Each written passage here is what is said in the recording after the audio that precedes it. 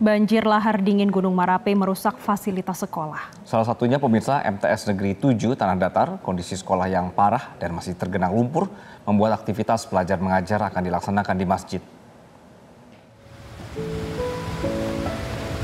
Inilah kondisi sekolah Madrasah Sanawiyah Negeri 7 Tanah Datar. Jembatan yang menuju sekolah yang sempat putus saat ini sudah bisa dilewati menggunakan jembatan darat. Meski begitu, kondisi sekolah tetap masih belum tersentuh.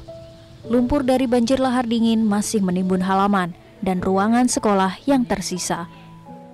Menurut Kepala MTS Negeri 7 Tanah Datar, Setrial, selain ruangan kantor dan laboratorium serta musola yang hanyut, sejumlah kelas juga terbawa arus lahar dingin.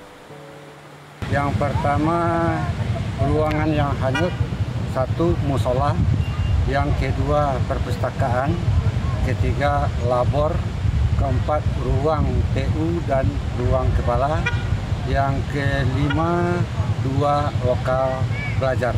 Untuk menghadapi ujian anak-anak kami yang kelas 7 dan kelas 8, itu akan dimanfaatkan Masjid Jami' Sungai Jambu. Untuk menghadapi ujian yang akan dilaksanakan minggu depan, pihak sekolah akan memanfaatkan Masjid Nagari Sungai Jambu. Sedangkan untuk membersihkan halaman dan ruang kelas yang dipenuhi lumpur, diperlukan alat berat, karena kedalaman lumpur mencapai 1 meter.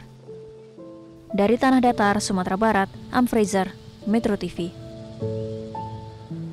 Jelajahi cara baru mendapatkan informasi. Download Metro TV Extend sekarang.